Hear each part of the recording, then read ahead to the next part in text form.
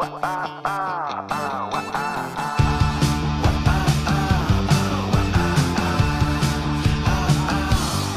not? Talk about. Why not talk about? Talk about space. Yay, we are here for this show, this end of the year program, 4-episode program with Lina and Isaac. If you guys could introduce yourselves, I am Nari. I'm taking on our first topic, which is space. All right, I think that's the short end of it. Hello, everyone. I don't think Arirang Radio has ever tried something like this. So Never. If we sound a little bit, rough, it's because it's kind of designed to be that way, right? Just a fun conversation between three friends who happen to know a great deal about space, in the case of Nari today. Well, I don't know that much about space, but because my name is Space in Korean, I was kind of confused. That's why you guys invited me. I was like, that's why you invited me, right? And then I was like, oh no, it's actual space. That's right. His name is Isaac, but in Korean, his Korean name is Uju, which means space. So I was confused half the conversation, but I'm still happy to be here and to talk about my name. No, I'm just kidding. No. Should we do like a brief introduction of what our specialties are then? I mean, why are we here? Why are we chosen? Right? Yeah. This whole thing started with a very basic idea about wanting to. A lot of people have a lot of knowledge on a lot of different things. And we can say for certain that none of us are complete experts in space, which is our first topic. But I kind of feel like maybe I'm a pseudo-expert. I don't want to say that. I don't want to say pseudo-expert, but I'm an enthusiast of space. Like a micro-expert, if you will. I mean, just the vast information out there, we can become, if, curiosity strikes you. In the case of Nari, she also kind of simultaneously works the industry. So there you go. That's our reasoning. Nice. Should we do our brief introductions? Isaac, Uju, whoever you are. Okay. So, my name is Isaac. I've been a producer. I was a producer at Arirang for a few years. I'm a production executive right now at an OTT firm company. A very big OTT firm. Big. And I work on making, producing, and developing shows for basically television shows. And he's an excellent speaker. So I'm so glad we put him in front of a mic. Yeah. Thank you for having me. He's actually really funny. Don't say that. There's so much pressure, Lina. Yeah. Hey guys, in case you don't recognize my voice, I'm Lina, and I've been at Arirang Radio for, it turns out, 10 years. That's my expert. That's a long time.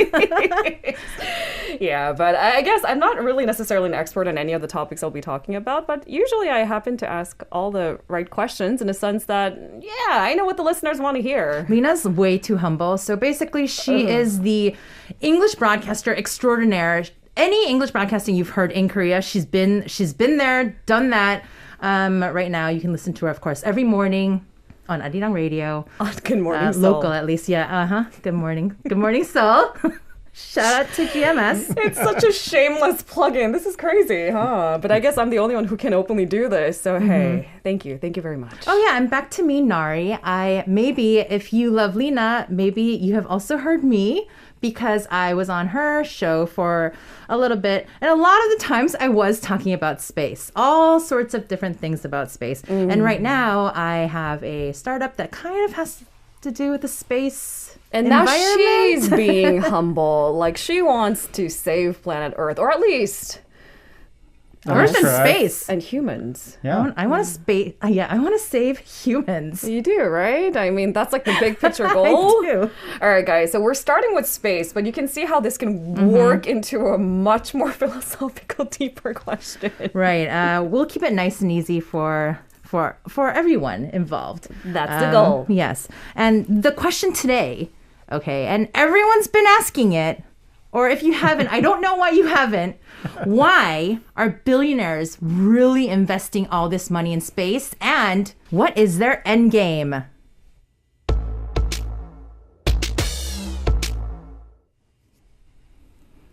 All right, so what do you think? I want educated guesses, not just thrown out there. You know, I did a fair amount of research and I've talked about this topic so much on my program. I feel like I know the answer, but I don't want to give away the answer. So I had a different theory because a lot of psychologists are chiming in on why billionaires want to do this, like on a much deeper level. Is it a pride thing? Is it this whole unicorn element? Like, I'm the mystical billionaire that can get there first and pave the way for mankind. Yeah, a lot of people say it's like the ego, right? The ego trip. Yeah. And that is not a part of it. I don't think any of them have said it's not that. I don't think any of it's more specifically the billionaires that we're talking about right now are Musk, Bezos, and Branson, right? And none of them have actually said it's not about ego. Right. No one has actually said it. So, but why would they, right? Like, nobody would actually say, yeah, I'm a billionaire and I'm going to space because of my ego. Like, that's not what they would say, but that's what other people say. Exactly. So I think we have to remember the big picture here. It's like these grand schemes and these grand ideas and these huge ambitions that always push our society forward. That's also true. So I'm not trying to undermine the effort. And even the critics, I don't think they're trying to say that, oh, this is without a bigger purpose. It doesn't do us any good. But you can only imagine the backdrop of the pandemic, why people are critical, that we're spending massive amounts of money that can be allocated for, I don't know, what are the topics these days? Saving world hunger. Yeah, homelessness, climate change. Yeah. So, and all of these things, they're big critical issues that have been posed to billionaires in one form or another, whether it is on a talk show or it's over, social media and the judge jury there. But I mean, do people know that like Elon Musk donated tons of ventilators when he heard about like how people were running out? Do they know that Bezos has an Earth Fund that he runs, which is like $10 billion? I mean, he's supposed to be giving away $10 billion within like a couple of years. He already gave away $2 billion. I don't have to mention electric cars. Those kinds of like, the activity that they do, like some of that stuff is not as interesting, right? Like if you're always trying to, some people are always trying to take people down and criticize. So it's good to hear both sides for sure. Yeah, but there is such a thing called narrative fallacy where we imagine and paint a picture of a billionaire who is privileged, who has money and power. And it's an ego trip. That makes a much more sensational, interesting headline than look how much good Bezos and Musk is also doing on the sidelines. Exactly. Like that's always been the case that they are working on climate change, the environment, habitats. They're working on homelessness, world hunger. They are. And you're right. It's just not splashy enough because we'd rather be like, what are these billionaires doing? Come on. Also, though, so another theory or another reason why they might be investing a lot, I think it might be also because it's good business.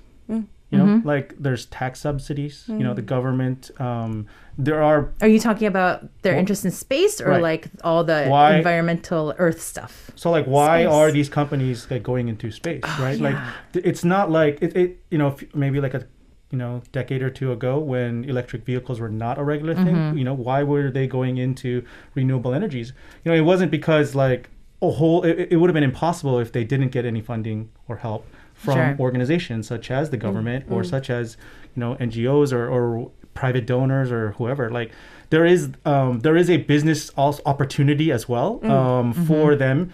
So it's kind of like doing something that might be good for the future, but also doing it with the support of people who have a vested interest in that.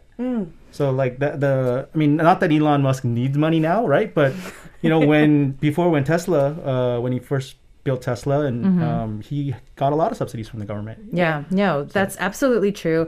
They are first and foremost businessmen, really good businessmen. So that is how they're investing in something that is the next frontier. And that right now is space. Right. So although they are putting a lot of their own money into the Earth, they are also putting a lot of money into our, next and final frontier, space.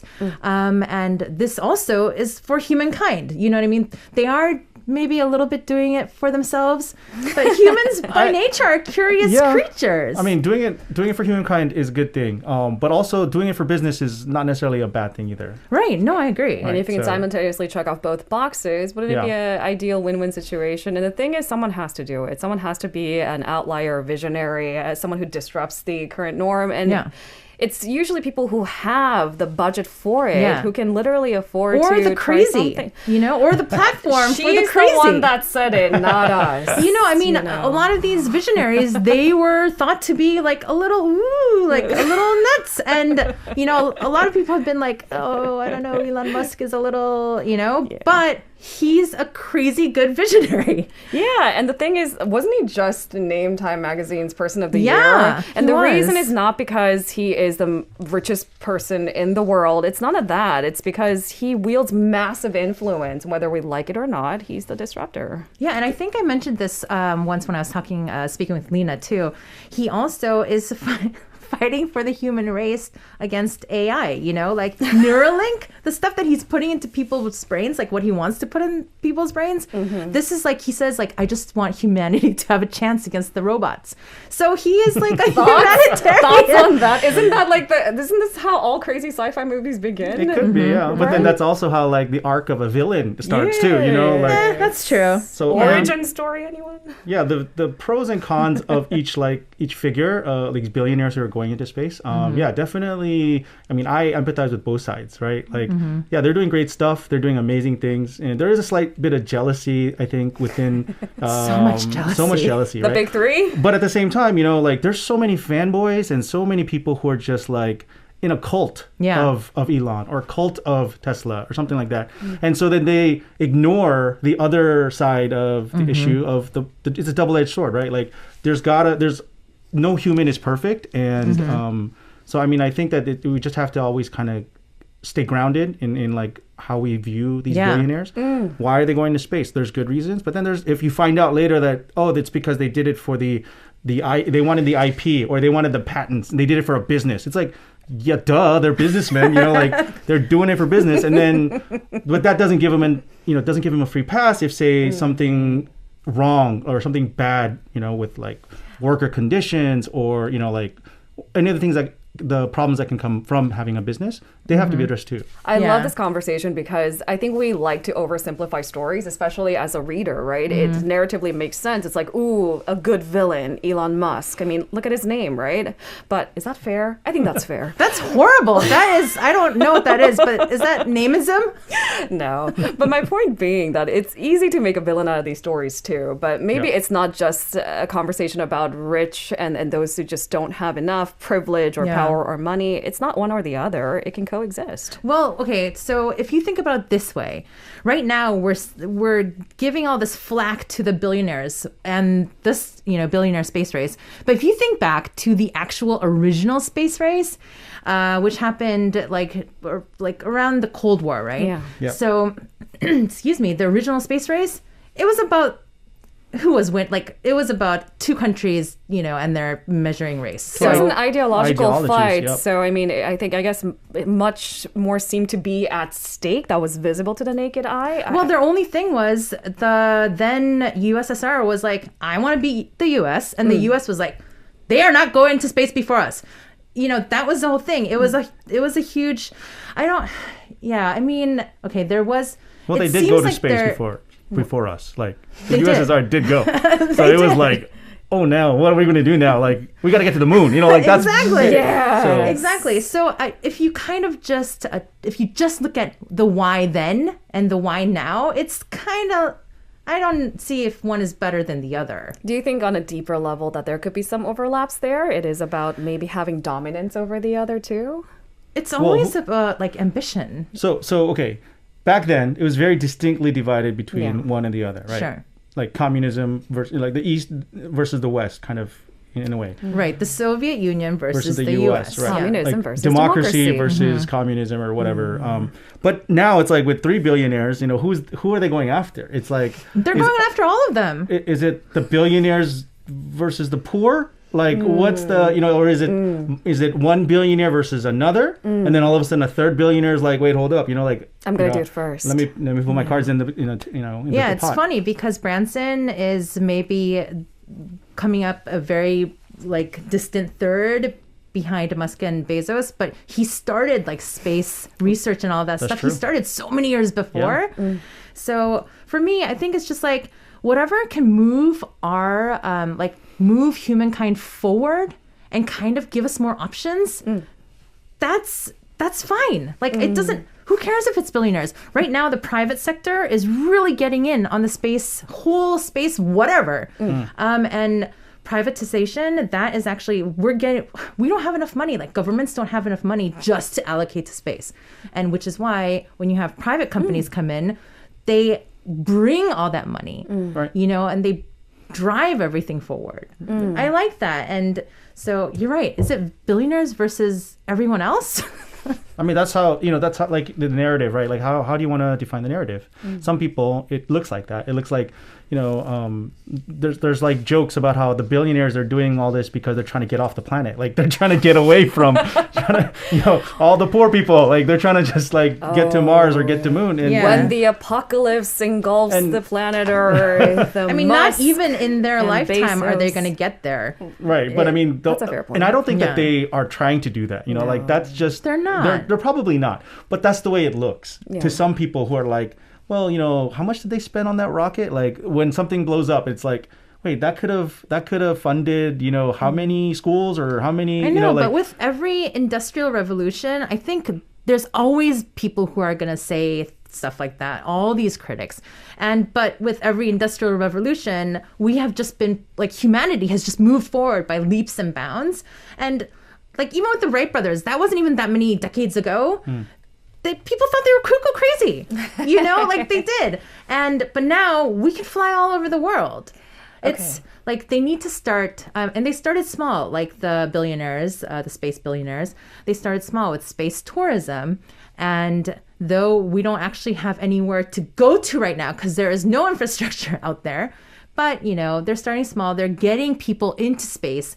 And by continuing to run those tests, the costs are coming down. That's also true. I mean, it's about making these trips more cost effective and hopefully somehow a little bit more sustainable, right? I mean, that's something that comes into a question quite frequently. Like every time we shoot something up into space, like are we leaving behind unintentional trash there that we can't necessarily bring back? So much trash. See, so it does tie into this bigger question of environmental concerns too. But Nari, I do want to throw back your question your way. Who's winning the space race then? Oh my goodness, who is winning indeed? Right? That's a tricky question. Yeah. It's okay. There are so many different, I think a lot of different ideas and that are being thrown about who is winning the space race. A lot of people say that Branson is kind of out of the space race. He's doing his own thing at his own pace. And a lot of people actually believe space tourism, he'll make it pretty affordable. Even though technically, SpaceX with Musk, they are running all these missions, crewed or not. A lot of big agencies use them, like NASA. Korea, NASA.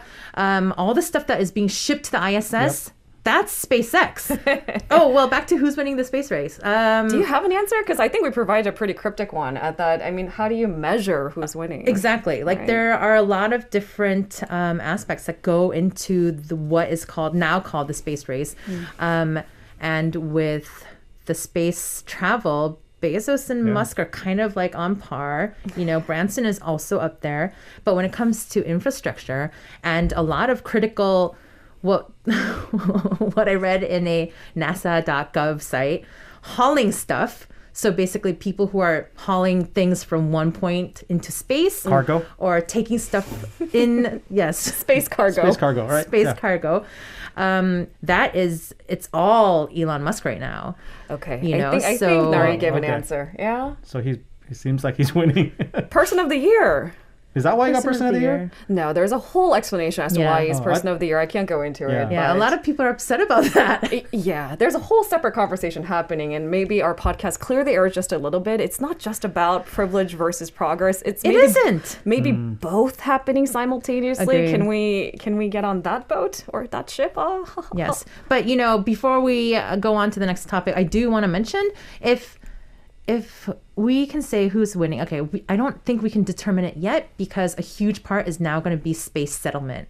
And who is going to win that race? That is the actual winner. Space settlement, like Columbus sailed across the world? No?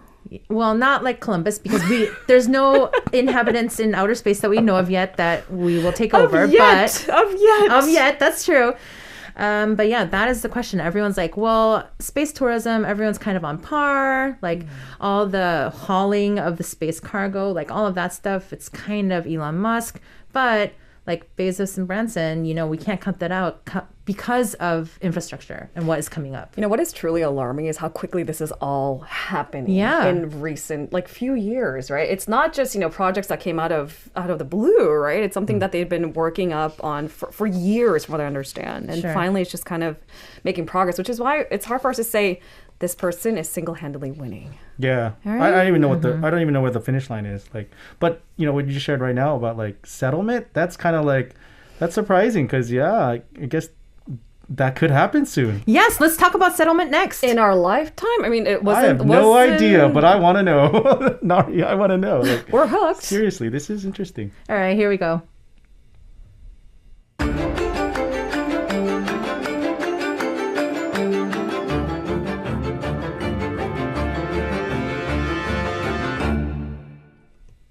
Space settlement.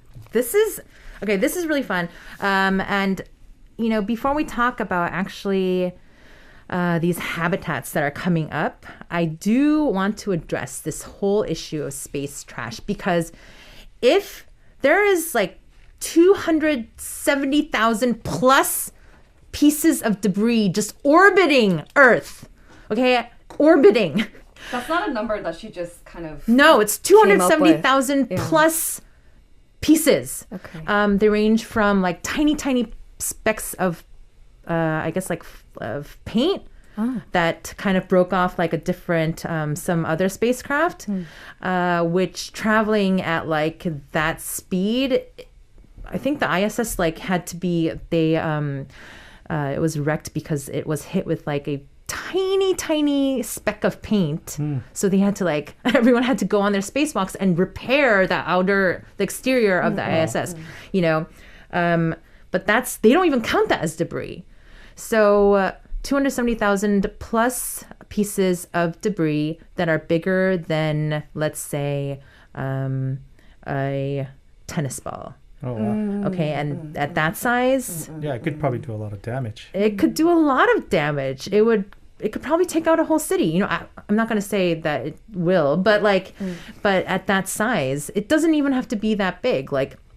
And before people are talking about space settlement, right now, everyone is really invested in space debris and space trash. All that trash we just leave up there. So basically, we have trash problems on the Earth. I was gonna say. And then we went to space, and then we ruined space. Okay, got it. Yeah, basically. So it's human beings are horrible. We're just horrible. We are.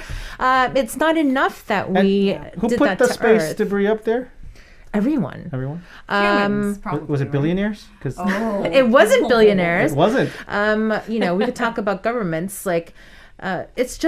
It's stuff that people leave up there, and our decommissioned satellites that are still in orbital decay and still haven't hit the atmosphere. A lot of stuff that we don't know about is, even if you so if you take a spacecraft into outer space and you go to the ISS, and let's say it's so expensive to carry water up there,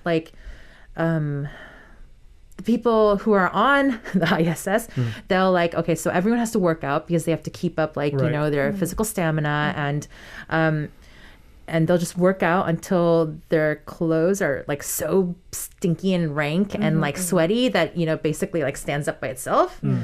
And then that stuff is burned into the atmosphere. That's like, just how they get rid of the dirty clothes? Yeah. It's because like to actually cargo it back is so expensive.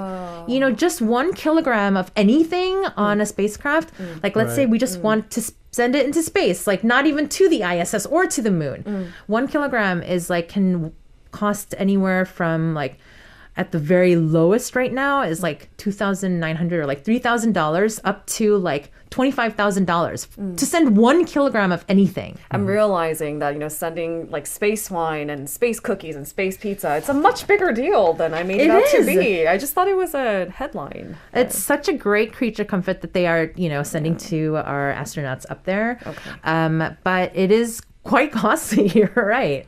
Okay, so what I'm curious about is that, okay, we're aware that there's trash, space trash, and someone has to clean it up, and it's probably best that we do it because we put it there. Yep. I'm hoping that then there are more small and big, both, enterprises trying to brave that frontier too. You know, if billionaires like focused on the trash a little bit more, I think it would help with their image of what they're doing in space. That's actually a fair point. I mean, because it's a catch-22, isn't it? Because they say they're going out there for mankind to a certain extent, right? But it's all tourism. Like it's all tourism. It's basically taking a joyride. Billionaires taking millionaires up. You know, like that's what it is. But if they're like, man, I didn't make the cut, Isaac. I'm so bummed. Yeah, but you know, if they were like, hey, we're going up to take out the trash, then I believe a lot of people might think a little bit more differently, maybe. Okay, so a lot of governments have taken up this endeavor.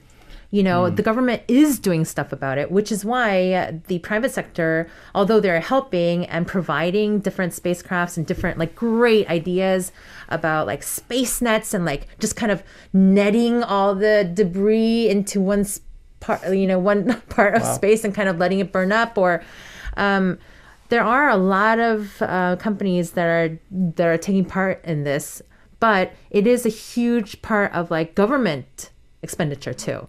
So I don't know if the 3 billionaires really need to invest their money. Like they're trying to get people into space, and yes, there is like a lot of trash out there, but this is like our top scientists all across the world of all different countries, even Korea, are talking about how for space diplomacy, like this is the first step. This is what we have to kind of agree on and kind of work on. Trash, like space trash, and how to get rid of it. So there are all these different grand ideas of like, shooting like these huge nets. Do any of these ideas have a profit, like, motivator? For the governments. I'm sure. Yeah. I'm sure they do. I don't know the exact numbers. I'm sure the billionaires would be like, would go after it if there was a profit. You mean if it could mutually benefit both the government and maybe the billionaires? Yeah. Yeah, but a lot of the spacecraft, the rockets that are launching these vehicles, those are being provided by the billionaires. Should I just call them the 3 Bs? I don't want to keep on saying billionaires. Yeah, the 3 Bs work. The 3 Bs. I mean, it has a or ring 2 to it. Bs and 1 M. What? Oh, Richard Branson is a millionaire? I don't even know. Does this matter? It doesn't matter. Does this matter? Yeah. No. Yeah. Okay, so moving right along. Space trash and space diplomacy. They Space come trash. together in this conversation. Yeah. Space commerce. This whole thing, space trash, it's a problem. Also, it's really hard for us to navigate past it to get anywhere into space. So it is the first step that everyone is trying to take. And even Korea, like, I think even before we signed the Artemis Accord, which I'll get to in a second, Isaac, that was part of the plan to help with space trash and space debris. We have great tech here. Great minds all over the world are coming together to kind of find different ways. Like, can we use a huge magnet out there? Because a lot of the stuff is old metal and steel and all that stuff that, comes on spacecrafts, right? But we were just saying that it's massively expensive to take a tiny little water bottle out there. How do we take a space magnet, which I'm assuming is pretty heavy, and make that cost effective? It's just one of the ideas. But I mean, that's it's really why clever. I think nets may work better. May work better. I'm not. They have to be really tough nets, but also humongous and really flexible. So, good luck to everyone who is working on That's a pretty abrupt end to the conversation. It's just because there are so many ideas out there. I feel like this would take up probably the whole 15 to whatever minutes that we have for this segment. But you want to make your way to space diplomacy. I want to talk about the space environment just in general, because everyone is worried, as we ended on such a happy note for the first topic, where we're like, oh, so humans ruined Earth. Oh boy. We left trash in space, and now we're going to other planets where we can leave more trash. Exactly. Yeah. We're just horrible, aren't we? We are. This is really depressing, Nari. So I don't want you to be depressed, which is why, there are different waste disposal systems out there. I won't get into the details of that because I would have to be plugging myself. But, whether it is in Earth, on Earth or in space, there's so many people working to make to take care of trash, I guess. Take care of trash. Okay. Well, it's good to know that it is of concern. A priority, maybe even. Yeah. It's a number one. Yeah, it's a huge problem. And I guess that's also important because that's a mutual interest for all these countries. For everyone. That can technically be just at competition with each other. It's not just about, putting your name on which countries did it first anymore. I don't think it's about that. But maybe making that next chapter more habitable or more beneficial for other countries too, right? Yeah. Not only does it cause a huge obstacle for us on the way out to wherever we're going, but the problem is orbital decay. And right now, all these things in space, they're orbiting the Earth. They're not falling to falling yet to Earth. Orbital decay of the trash that's floating? Yes. But they are slowly losing their orbital status. So basically, they are falling very, very slowly, but they are falling closer to Earth. And then when gravity eventually kicks in. Yes, and when it gets to that point where gravity wins over their orbital velocity, then it will grab everything and just pull it down to Earth, and it will rain trash on it. What are we doing? Seriously. Wow. But that's the thing. It's some of the stuff, if you have a satellite, thank you, Elon Musk, for sending 60 to whatever hundreds of hyperlink satellites. But he's not alone. Bezos is also sending up thousands. So if you have all this stuff up there, we're trying to track all the debris so none of us hit it. But at one point, it's going to be impossible. What happens when it becomes impossible? If all of us are squished together, really, really close, there is actually no more space to go through us at all. So that's what's happening. Can I throw out just a really oddball question? Then can't we develop technology on Earth to take out those possible debris falling on Earth? Or is that just something that cannot be created? Something that could, if something starts falling, we take it out midair? No? We could kind of catch it midair, or like a mitt, giant mitts in the sky. You're talking about big nets bringing together trash in space. Why not, if it does scary. Compromise somehow and start falling on planet Earth? I feel like that is part of some of the alternative solutions that have been posed.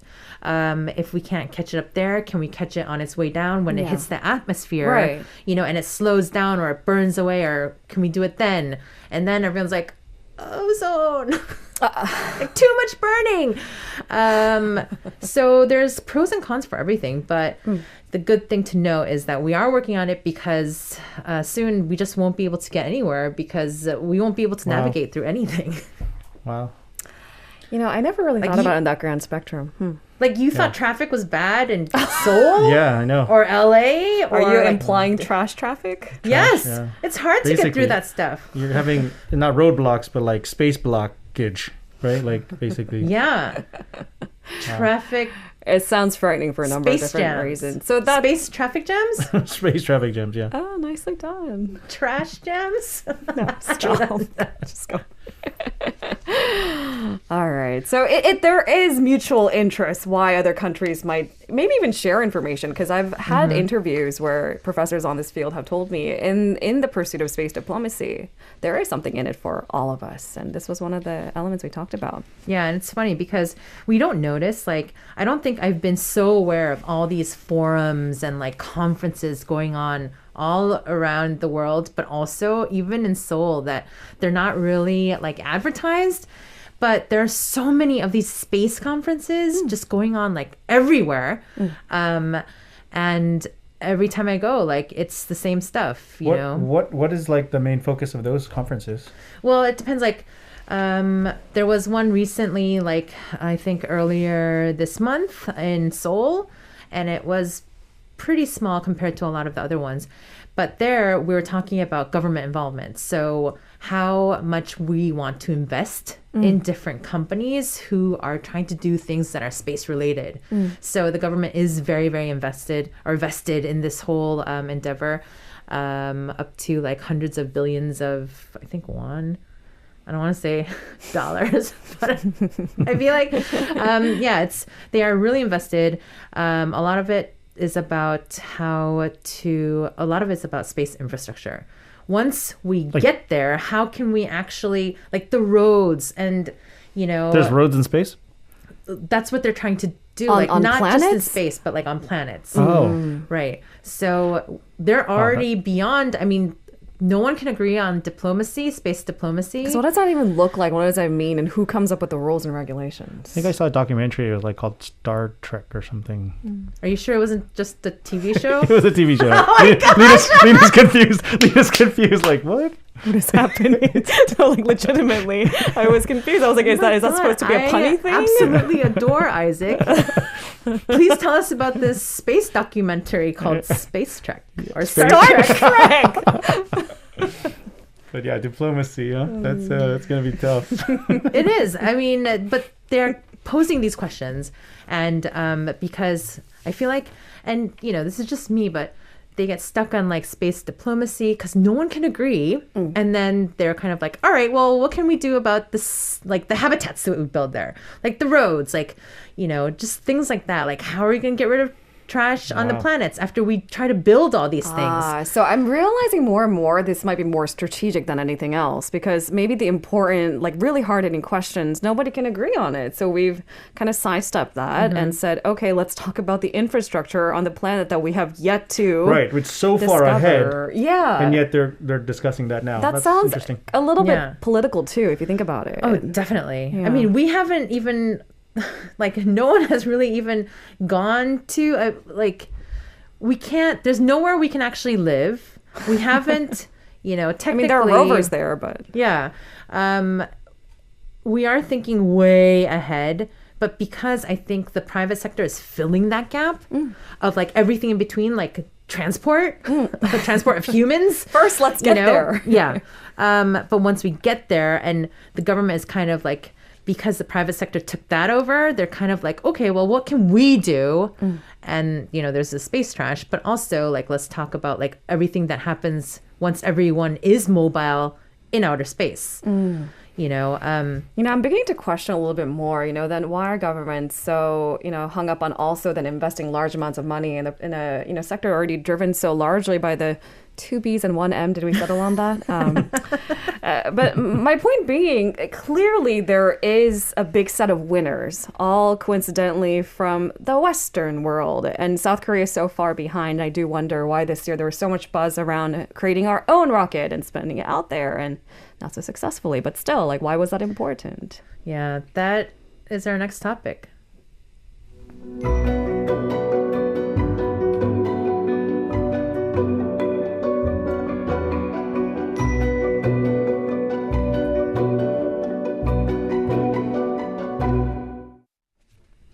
Okay.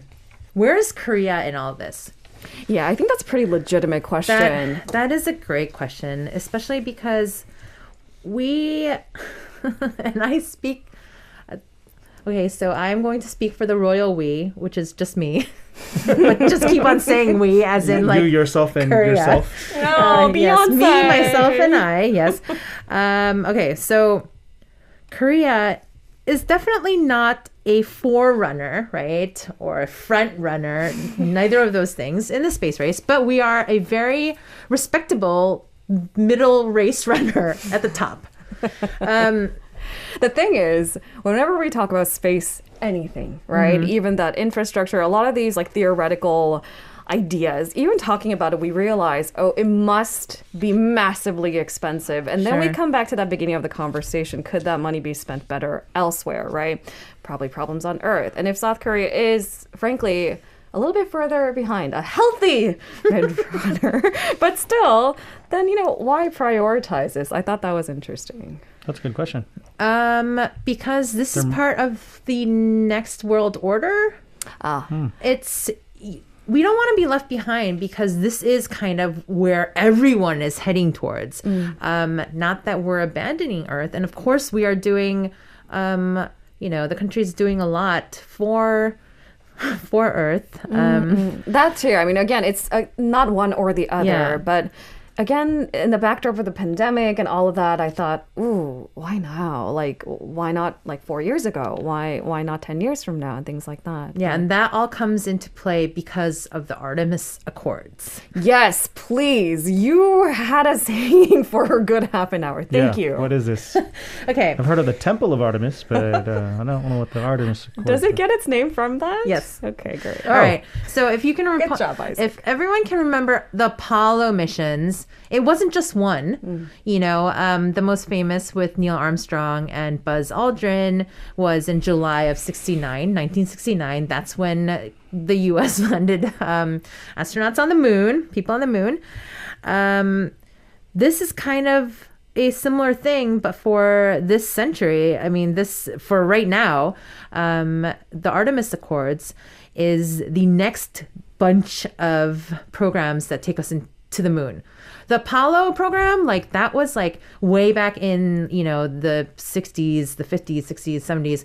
That's when they were trying to send people to the moon. And they started to with Apollo 11 in 69. And then they continued to until it was I think the program was finished in 75.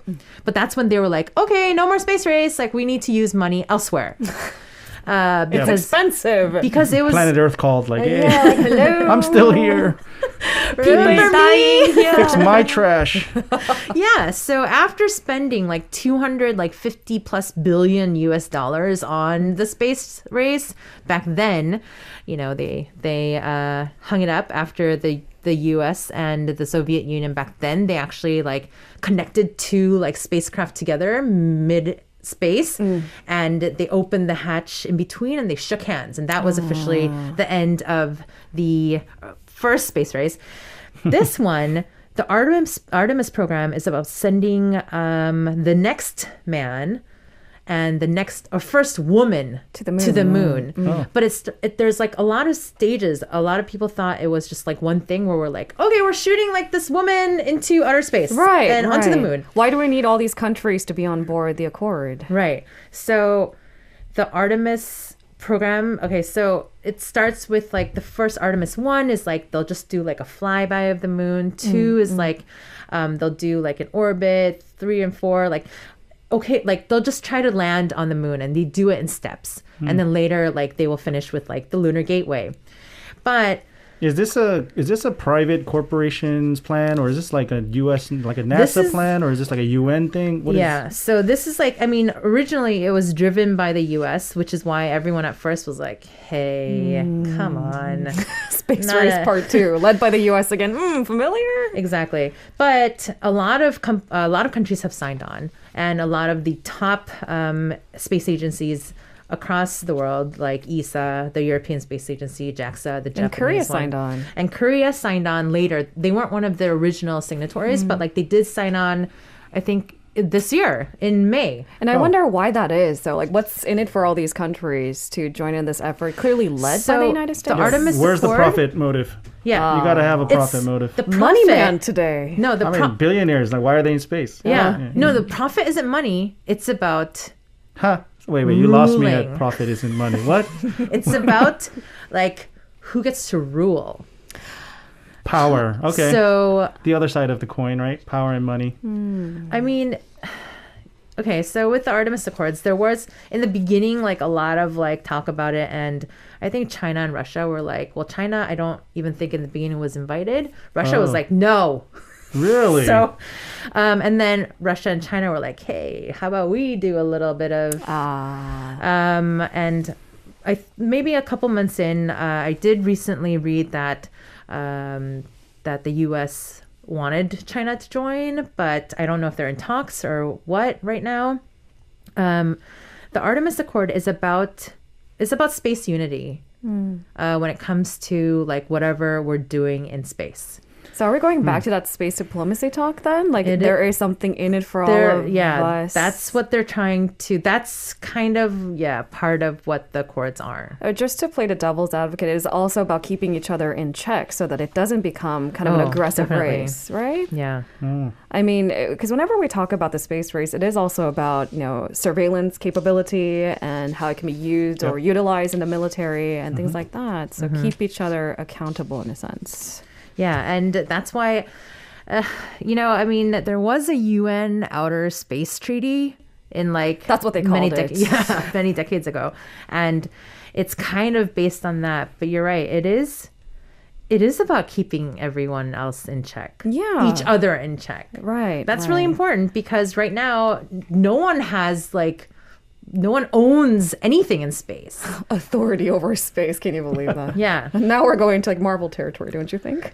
Possession is 9/10 of the law. There's a flag up there that says the moon. There is. There's a flag. So you're right. Nobody owns it, but maybe that's why, they're just, everyone's trying to go plant their flag because until the rules are made, that's the best you can do. That's actually a really good point. So when we do send that women pilot back up into moon, I believe, right? Then what kind of flag are we posting then? I mean, is it an Artemis Accords flag? I feel like it will be. And is that a big A? And every Artemis mission has their own kind of like mission flag. Ooh. So that would be a very symbolic gesture for like what the whole Artemis thing is supposed to signify. Of course. And it wouldn't... Yeah, it could happen really soon, within like next 10 years. Oh, that's exciting. Wow.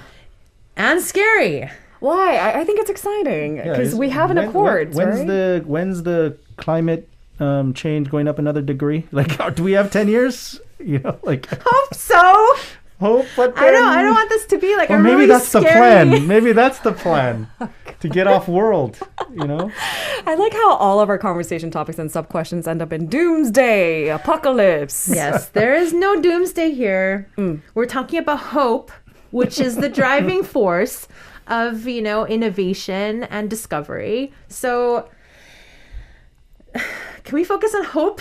Yeah, absolutely. Isaac, come on. Yes, bring it back. The thing is, though, when you guys did watch the NARI takeoff this year, I mean, while you're watching that live news footage, as, broken in fragments as it was, because we don't really get the footage as it's, flying into outer space or getting close to it, did it send chills down your spine? It is full of hope when it happens, right? It's so massive in scale that we're kind of all in awe, even if we don't reach the orbit or check off all the lists. Yeah, we didn't actually successfully launch the satellite, but it did really help us learn about what we were capable of. Made in Korea technology. It was homegrown. Yeah. So I think like what the government took away was that it really was a great experience, a learning experience. It can only help us be better in the future. And right now, that's what we're trying to do. Korea is actively working on becoming very valid in the space race. They're not aiming to be at the top. Like right now, it's like basically the US and China are just makes sense going at it, right? But there must be an ideological fight there too. Come on. Of course. Right? Maybe that's not the main point of discussion, just as it was the last space race, but still, it's there. Yeah, it's definitely something is there. And that's why when they talk about space diplomacy, like in Korea, they're like, you know what? We should team up with all the other Asian countries. Like, okay, and I'm not saying this against China, but they're saying like, okay, like we may not be as strong as China when it comes to anything related to space, but what if we all joined forces and it was like, a couple countries, a couple Asian countries. We're actually kind of a little bit trailing behind Japan too, because they have a very well-established space agency as well, and their tech is amazing. But Korea tech, come on. Like, we got this. We can do it. Aww. Thanks, Isaac. I think he's found hope. He's like, we can do it. I do wonder, though, when we do successfully launch our rocket and put whatever, not dummy satellite, but satellite into space, what is, first plan of action for South Korea? What do we really want to do? Our internet is going to be crazy. See? Can you imagine? Yeah. The thing is, because, again, we got to ask, what's in it for us? Because it's our tax money, right? I mean, it has to be for a greater good for us and a more near future, not like, just for future generations. And I heard about the possibility of the KPS. Have you guys heard? No, what's that? Is it like GPS, but KPS? Exactly. Our very own. And I would not, I would like to not get lost on my way to work. I'd rather get some really good weather satellites up there. Like, what is happening with that? Okay, GPS is great. KPS would be amazing. But really, I would like to know, when they say it's going to rain, like, rain! When they say it's going to snow. Yes, like, can we when they say please? It's not going to rain and snow, don't. I know, why is that not accurate?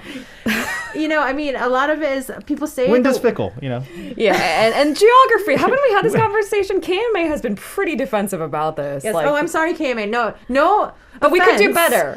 But I feel, can we send some really awesome satellites up there, maybe beyond where the weather satellites are now, because they're pretty close to Earth. Like, I'm not a tech expert, but like, should we be sending them further away so we get good weather reports? Or... does further distance actually mean more accuracy though? I'm not you even got sure. all that space trash that's gonna basically. Oh my goodness, is it space trash that is interfering with the weather satellites? We don't know. I have no idea, but yeah, so many working theories. Yeah, so much speculation. Yeah. The big question for this chunk of our segment was, where does South Korea really fit in this space race? And what fun fact I learned just after the Nuriho launch? It was the fact that South Korea has a lot of small and medium-sized enterprises focused on space ventures, That's like right. hundreds of it. And I didn't even realize that there was some SMEs. Yeah, I for the win. I guess I never looked into it, but that was a pleasant surprise. Like, ooh, and so going back to that sense of hope, there are all these maybe space explorers, scientists, engineers, designers, hoping that is kind of the untapped blue ocean for their future careers too. Yeah, get in early. Are we early? Well, if we're in the... not really, but... For the mid-range, we're early. Compared to the rest of the world, are we, good point. I'm saying getting early in the sense, like, out of the 180 countries. Yeah, almost 200 countries. Like, we're up there in the... Yeah, I told you, we are a really respectable, like, we're in the top middle. Is it top or middle? The top of the middle. Well, the top is China and U.S., right? And then we're hopefully right somewhere around there. Even with like the Nuriho, right? So Nuriho 같은 경우. Sorry, that was Korean. So with hola. So with Nuri, the thing was, we would have been technically the 7th, I think, country to launch their own homegrown satellite without really taking like, rocket parts or whatever from a different country. Everything was homegrown. So if this had happened, it would have been such a nice little, like check mark on our space checklist for Korea. It didn't, but once again, like we can only learn from what happened in the past. And then next year we're going to try again and hopefully make that significant progress, and then we can then check it off, right? The thing is, right before the Nuri launch, I spoke to a reporter at Space News, and when I asked him about expectations and the likeliness of Nuriho succeeding in its first try, and he said, actually a lot of these space projects go wrong. And the thing is, we should manage our expectations because they're massive. It's a first try, and that, you know, he wouldn't be surprised if it failed. And I couldn't believe he said that on air. But it's true. It's true. Because, I mean, how much did you guys know about space before today's conversation? I knew very little. I didn't know much. I still know very little. You guys knew a lot. Well, I guess I knew a little bit more about the billionaires because, you know, like, you know, they're... The 2 B's and 1 M? Yeah, because they're so good at, like, you know, being billionaires, I guess, that they have so much money. They're, you know, what do they do with it? They're going to go to space. And it's like, I'm still concerned about the Earth. But like my very tiny little corner of the Earth. Yeah. If I want to see space, you know, I can go to Netflix and watch a, you know, space sci-fi drama or something. Space documentary. Space documentary. You know, they have a lot of them. Star Wars, I think, is another one. Oh, isn't that famous? Yeah, it's quite. Oh, you're the worst. All right. Should we wrap it up? What do you think, Nari? Any last words? Yeah, I think she's exhausted. No. You know what? I keep on thinking about like what's a good way to end like our our episodes, but with space, and I think with the following topics that everyone's going to hear about. You know, we're talking about the media. We're talking about streaming. We're talking about happiness. Oh God. The way that we make that sound. Yeah, we're talking about money. Yeah. That will be a fun one for everyone. And with this one, it's just kind of like, we are spending a good deal of money. And I did find the actual amount.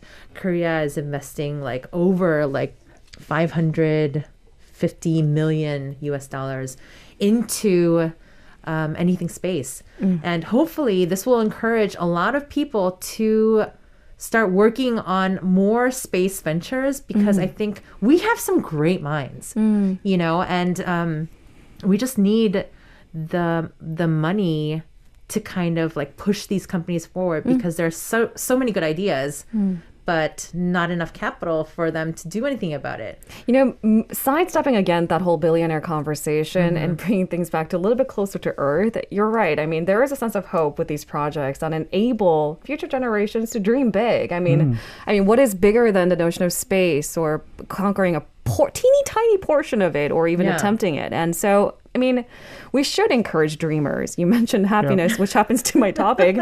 You know, I think people find joy in many different things, but one of the big assets is about self-growth, learning, and I think living up to your potential. And if space is your big thing, you should be able to dream in mid-tier South Korea too. Yes. Mid-tier. I don't want to say mid-tier, Lina. I know. I my impression of Korea is like, or in relation to this space race is like definitely up there in the top 10. Okay, there you go. I would think.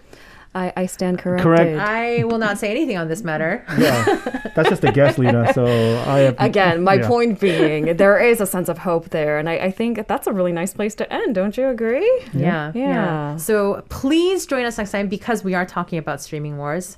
Not as fun as space, you know, but it's happening. Not as hopeful either. Not as hopeful. No, there's a lot of hope there. We'll be talking a lot about that with Isaac, and then I think for us on space, that's it. That's it, guys. I mean, I kind of want to end with like a little jingle. Why not talk about space? That would be you by yourself. All right. It's been a pleasure. Bye, everyone. Until next time. Bye, everyone. See ya.